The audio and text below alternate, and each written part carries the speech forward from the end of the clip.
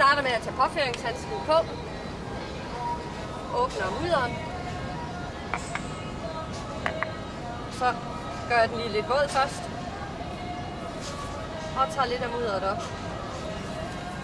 Og det fordeler jeg så med påføringshandsken rundt på det område, som det er, at jeg gerne vil behandle.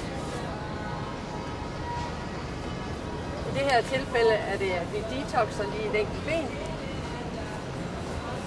Hvis man synes, kan man gå ind på www.designermudder og hente et måleskema, så at man lige tager og måler først rundt på benet.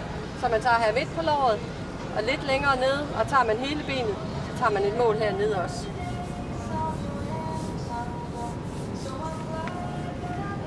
Når man synes, at nu har man fordelt mudderet, så tager man sin forbinding. Man kan vælge at gøre det selv. Man kan også få en til at hjælpe sig. Og det er dejligt, hvis man lige har en til at hjælpe sig. Jeg vælger at lægge den lige ned, starte ned under knæet og køre den rundt, så jeg hele tiden kører ind over hinanden.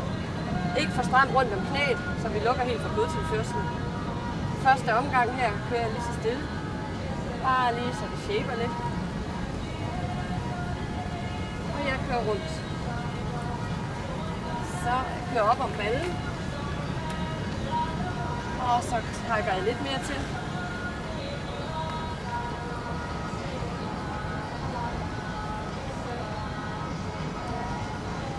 Igen lige løst hernede om, der sidder nogle gode akupunkturpunkter hernede, dræner.